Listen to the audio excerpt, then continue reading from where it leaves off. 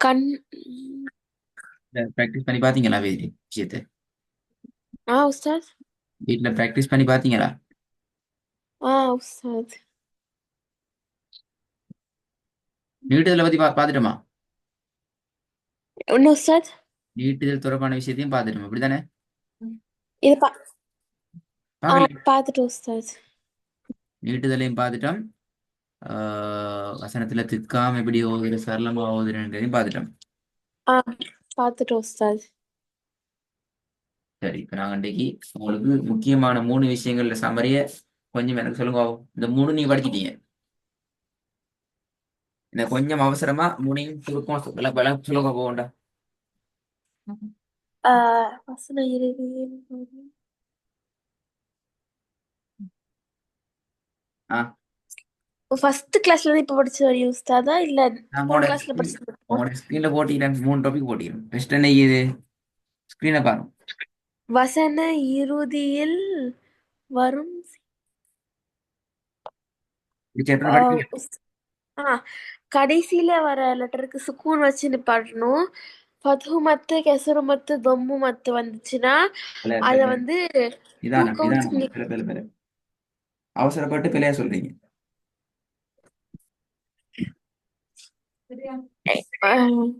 எண்டிங்ல உள்ள லெட்டர்ஸ்க்கு வந்து வசன இறுதியில உள்ள லெட்டர்ஸ்க்கு வந்து ஃபத்ஹு மத்து கெஸ்ரு மத்து தொம்மு மத்து வந்துச்சுன்னா அத அலிஃப் புலை இது புலை நானும். புலை.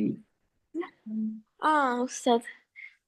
சரி, ஆ அத டாபிக் ஃபத்ஹு மத்து. டாபிக் சொல்லனே. வசனத்துல இறுதியில ஸ்டாப் பண்ற மெத்தட் சிம்பிளா சொல்றால், வசனத்துல லாஸ்ட்ல எண்டிங்ல நாங்க எப்படி ஸ்டாப் பண்ணணும்?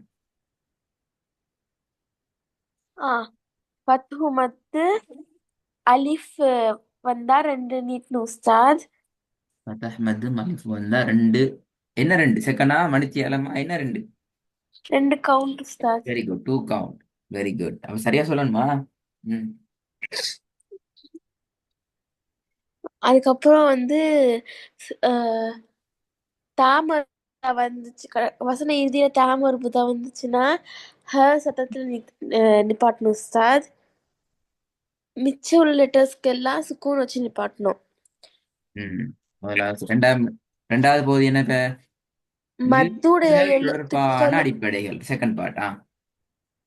மத்துடைய எழுத்துக்களும் அடையாளங்களும் வந்துச்சுன்னா நீட்டி வரணும். 4 5 6 கவுண்ட்ஸ்க்கு நீட்டணும். டூ டூ 3 செகண்ட்ஸுக்கு நீட்டணும் சார். சரியா சரியா. நீ நிறைய இடத்துல குழப்பீங்க. இப்போ மதுரை கான்செப்டுக்கு வந்தா, நாங்க ஃபர்ஸ்ட்டுக்கு எத்தனையா டிவைட் பண்ணோம்? 2 வாட்டி சார். 2 வாட்டி. எதெல்லாம்? மத்துடைய அடையாளங்கள் மத்துடைய எழுத்துக்கள். மதுரையுடைய எழுத்துக்களை சொல்லுங்க. அவசரப்படக்கூடாது. அலிஃப் அலிஃப் யா சுக்கூன் செய்யப்பட்ட யா சுக்கூன் செய்யப்பட்ட வாவ் வாவ். டென்ஷன் ஆகப்படாது, பெரியாகப்படாது, கன்ஃபியூஸ் ஆகக்கூடாது. திருப்பி சொல்லுங்க. அலிஃப் சுக்கூன் செய்யப்பட்ட யா சுக்கூன் செய்யப்பட்ட வாவ். ஓகே, மத்தியனுடைய அடையாளங்களை சொல்லுங்க பாப்போம். ஃபத்ஹு மத்து கெஸ்ரு மத்து தொம்மு மத்து. ம்.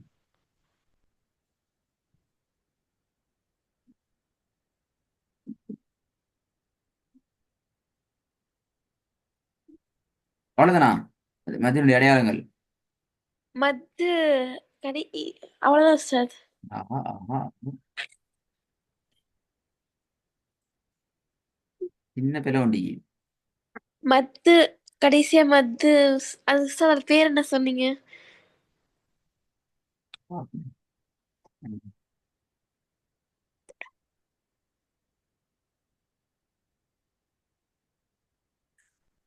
மத்தியனுடைய அடையாளம். என்ன பேர் அதுல? மத்துடைய அடையாளம். மத்தியனுடைய அடையாளம். அது சரியா சொல்லி கொண்டா சரி. மத்தியனுடைய அடையாளம்.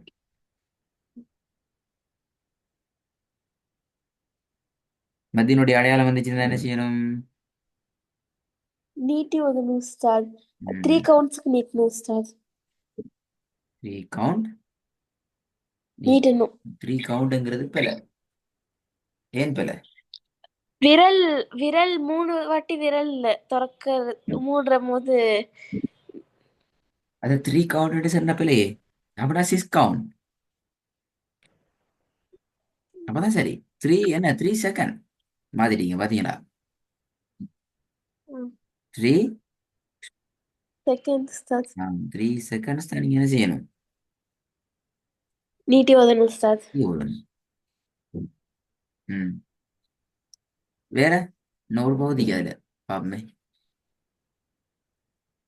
வசனத்துல இறுதியில மத்தோடு தொடர்பான பாட்டு உண்டு இது பாப்பமே. ஞாபகம் வைக்காண்டி.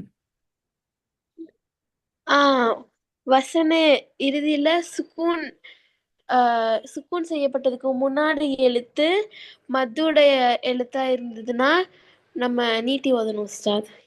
நம்ம நீட்டி ஓதணுமெண்டா பிள்ளை எவ்வளவு நீட்டணும் சொல்லுங்க. 4 5 6 கவுண்ட்ஸுக்கு நீட்டணும் உஸ்தாத். ம். விரல் மூடி திறக்கிறதுக்கு நீட்டணும் உஸ்தாத். சரியா சொல்லுங்க. 4 5 6 கவுண்ட்ஸ்க்கு நீட்டணும் உஸ்தாத். ம். நம்மளோட விரல் மூடி திறக்கிறதுக்கு அது வரையும் நீட்டணும் உஸ்தாத். 6 வாட்டி மூடி திறக்கிறது உஸ்தாத். 4 5 செகண்ட்ஸ்ல சொன்னா. செகண்ட்ஸ் வந்து 3. Very good. 2 அல்லது 3. ஓகே, அது உங்களுக்கு ஓரளவுக்கு ஞாபகம் இருக்குது. நல்ல குட் குட். அடிக்கடி இதில் பீட்டி மீட்டி கொள்ளணும். அப்பதான் எங்களுக்கு ஓதுற சப்ஜெக்டுக்குள்ள எங்களுக்கு பிரச்சனை இல்லாம எங்களுக்கு என்ன செய்யலாம்? ஓதிக்கொண்டு போக முடியும். வழங்கினா மூணாவது பாபம். ஃபர்ஸ்ட் தேர்ட் பார்ட்ல என்ன இருக்குது? வஸ்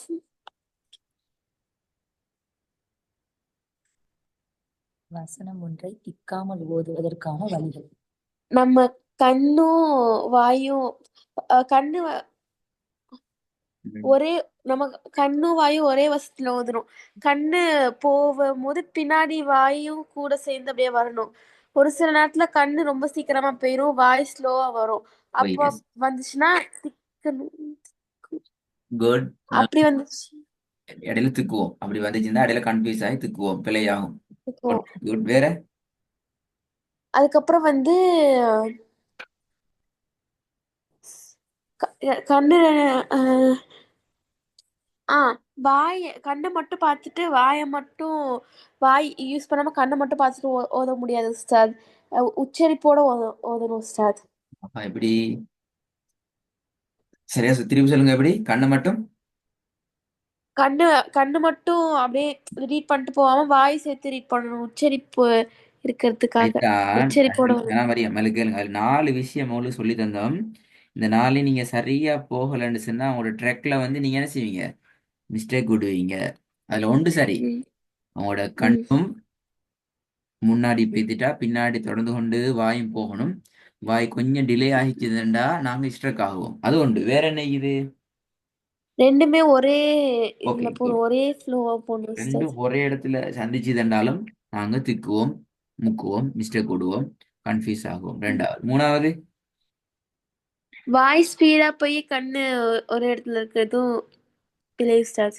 எப்படி வராங்க? ரெண்டு வாய் வாய் ஸ்பீடா டப்பு டப்பு டப்பு டப்புன்னு ஓதுனா கண்ணு முன்னாடி இருக்கும், வாய் டப்பு டப்பு டப்பு டப்புன்னு எஸ். ஓதுனா வேர்ட்ஸ் கன்ஃபியூஸ் ஆகும். அது எப்படி? அது கொஞ்சம் இன்னும் கொஞ்சம் சரியா சொல்றேன்டால் வாய் ஃபாஸ்டா கண்ணுட ஸ்பீடுக்கு மூவ் ஆகிச்சுதுண்டா நாங்க பிள்ளை விடுவோம். வாய் மிச்சம் ஃபாஸ்டா கண் போற ஸ்பீடுக்கே போச்சுதுண்டால் நாங்க பிள்ளை விடுவோம். நொண்டி இது அதுல பாப்போமே. நாலாவது என்ன வாய்? ஒரே நிமிஷம் உஸ்தாத். ஞாபகம் இல்லையா? ஒன்றை ஒன்று முந்துதல். ஃபெஸ்ட்டை மட்டும் செல்லல நீங்க. கண்ணை விட வாய் முந்தி கொண்டு போகக்கூடாது. சரி, இப்ப நாங்க இன்னைக்கு அடுத்த பகுதிக்கு வருவோம். நாங்க அடுத்த பகுதியை ஸ்டார்ட் பண்றோம். மொத்தம் 13 ம், சாப்டர்கள் இதுல இருக்குது. அதுல முதல் பகுதியாக அலிஃப் என்ற எழுத்தை நாங்க உச்சரிக்கிற அதுல பயிற்சி எடுக்கிற பகுதிக்குள்ள வாரம். அலிஃப் என்ற எழுத்தை பொறுத்த வரைக்கும் குர்ஆனுடைய ஓதல் என்ற பகுதியில நாங்க ஓதுற நேரத்துல சில விஷயங்களை நுணுக்கமாக அவதானிக்கணும். உண்மையில இந்த எழுத்தை அழகா உச்சரிக்க தெரியும். ஆனா ஓதுற நேரத்துல அந்த உச்சரிப்பு என்ன வடிவத்துல வரணும், எப்படியான அந்த வடிவத்துக்கு அது மாறி வரணும் என்கிறத நாங்க மிக துல்லியமாக கவனமாக பார்த்து கொள்ளணும். சரியா? இந்த எழுத்தை பொறுத்த வரைக்கும் இந்த எழுத்தை நாங்க எங்கட தொண்டையினுடைய ஸ்டார்டிங் பிளேசஸ், பிகினிங் பிளேசஸ், ஆரம்ப பகுதியில இருந்து தான் உச்சரிக்கணும். உங்களுக்கு கிரீன் கலர்ல லைட் ஒன்று போட்டு காட்டுறான் பாருங்க, கோடு உண்டு. எந்த விதமான பின்பகுதியும் இல்லாம முன்பகுதியிலிருந்து மாத்திரம்தான் நாங்க இத உச்சரிக்கணும். விளங்கினா? புரியுது சார். எஸ். இந்த சவுண்ட்ல வானத்தை நோக்கி ஆ என்று தூக்க கூடாது. கீழ் நோக்கி சரிவாக அ எப்படி வரணும்? அ சொல்லி காட்டுங்க பாவம் எப்படின்னு. எஸ். நாவை அசைக்க கூடாது. நான் ஆ ஆ என்று தூக்கப்பட்டால் ஆயினா பேத்திருப்போம். நாவை நாங்க என்ன செய்யக்கூடாது? அசைத்து விட தூக்க கூடாது. கூடாது. சரி. இந்த வசனத்தை ஓதுங்க பாவம். ஃபர்ஸ்ட்ல ஓதணுமா இல்ல ஆர காட்டுற இடத்துல மட்டும் ஓதணுமா சார்? ஃபுல்லா ஓதுங்க வசனத்தை பாவம். وأما وأما السائل فلا تنهر. இன்னொரு முக்கியமான விஷயம் நான் சொல்ல மறந்துட்டேன்.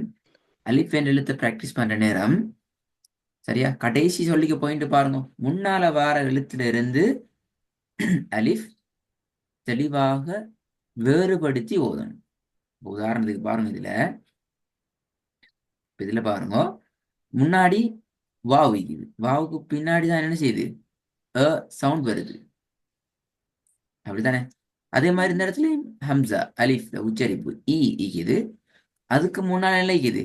முன்னாடி இருக்கிறது சி, அப்படித்தானே? இப்ப இரண்டு இடத்திலையும் இ அல்லது என்ற சவுண்ட் முன்னால இருந்து இருக்கிற எழுத்திலிருந்து மிக தெளிவாக வேறுபடுத்தி எடுத்து நாங்க ஓதணும். தெளிவாக ஓத இல்லைன்றால் உச்சரிப்பை நாங்க முழுமையாக மறைத்து விட்டு எங்களோட ஓதலை நாங்க ஃபாலோ பண்ணிடுவோம், அது பிள்ளையா போயிடும். ஒரு எக்ஸாம்பிள் பாருங்க, வம்மஸ் வம்மஸ்ஸாயில வம்மஸ்ஸாயில ஃபலா தன்ஹர். நான் ஓதினத்துல எந்த இடத்துலயாவது அ இ இந்த உச்சரிப்பு வந்துச்சுதா? இல்ல உஸ்தாத். இல்ல. இதான் நாங்க விடுற மிக முக்கியமான தவறு. அப்ப எப்படி வரணும்? وَأَمَّا السَّائِلَ فَلَا تَنْهَرْ. இ அ இரண்டு உச்சரிப்பும் தெளிவாக வர வேண்டும். விளங்கினோ? போதுங்க பாப்போம் திருப்பி. புரியுது உஸ்தாத். وأما السائل فلا تنهر. எஸ்.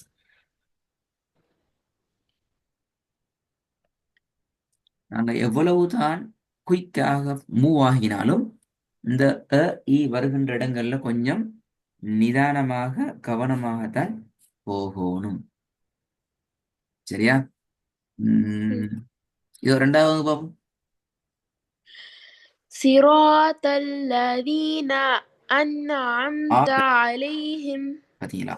பல أنعمت عليهم தான் வரணும், ஆக்கு போக கூடாது. صراط الذين أنعمت عليهم. சரி போதுங்க, சவுண்ட் எடுத்து போதுங்க. صراط الذين أنعمت عليهم. நீங்க வீட்டுல இதுக்கு முன்னாடி இப்படியா பிராக்டிஸ் பண்ணீங்க அலிஃப சவுண்ட்ல? இல்ல உஸ்தாத், கொஞ்சம் அப்படிதான் ப்ரொனவுன்ஸ் பண்ணுவோம் உஸ்தாத். ஏன் நாங்க ஆண்டு ஓதக்கூடாது சொல்லுங்க தெரியுமா? அது ஐனா மாறிடுமா உஸ்தாத்? இல்ல, ஐனும் இதே அமைப்புல ஓதப்பட வேண்டிய ஒரு எழுத்து தான்.